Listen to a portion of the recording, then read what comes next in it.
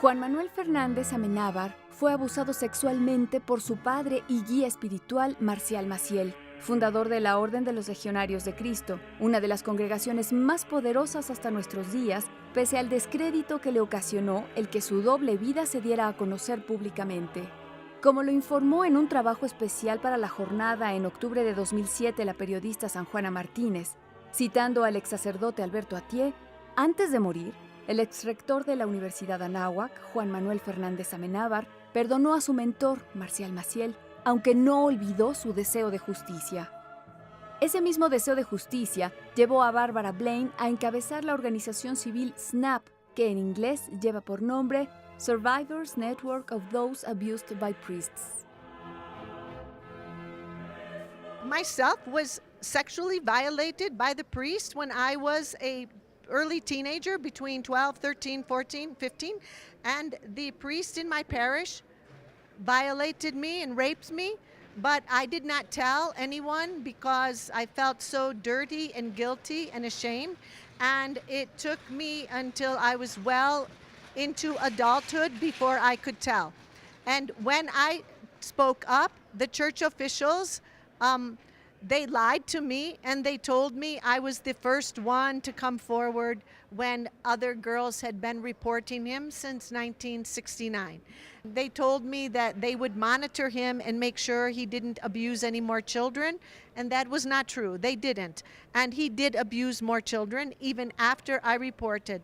I felt very frustrated because the church officials did not help me or my family, and so I thought I would look for other victims and we would help each other.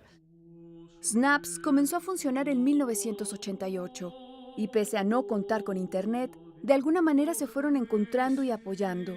Actualmente, su organización representa a más de 65,000 víctimas. The U.S. Conference of Bishops acknowledges that there are approximately 7,000 priests have been removed from ministry and acknowledged sexual predators. El encubrimiento sigue siendo el modus operandi de la Iglesia a nivel del Vaticano y en los países, estados, ciudades o municipios en donde cometen sus crímenes estos depredadores sexuales, que abusando del poder de su investidura siguen destruyendo la vida de miles de inocentes. El exsacerdote Alberto Athié nos habló de otro caso de pederastia y pornografía en República Dominicana, encabezado por el destituido embajador del Vaticano en Santo Domingo, Monseñor Joseph Vesolovsky.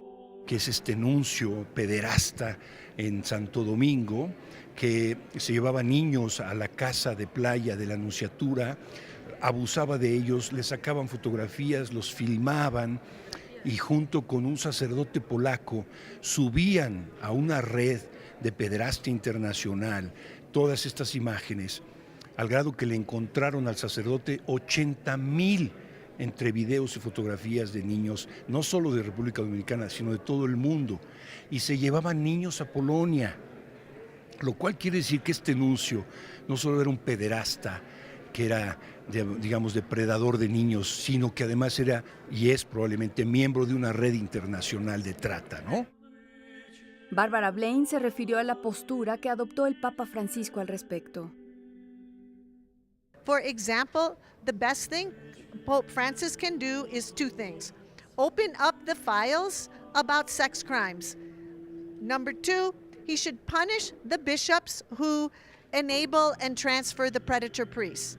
Now, those are two simple things that would not cost him any money, but would immediately make children safer in our church. But Pope Francis refuses to do this, so he establishes a commission. And I predict that very soon he will be meeting with the survivors. And then he will say, oh, I have met the survivors and I am so touched, and we will make sure this won't happen again. But that will be a public relations stunt. It will not make children safer.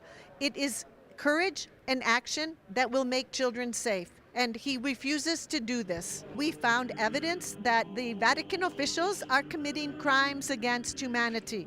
And we took our case to the International Criminal Court, and they investigated very little for maybe 18 months, and they determined to not open a formal investigation. It's very sad to think that in 2014, it is necessary for a panel of the United Nations to be telling Pope Francis and the church officials that they should remove sexual predators from ministry. I mean, it's pathetic. It's a shame.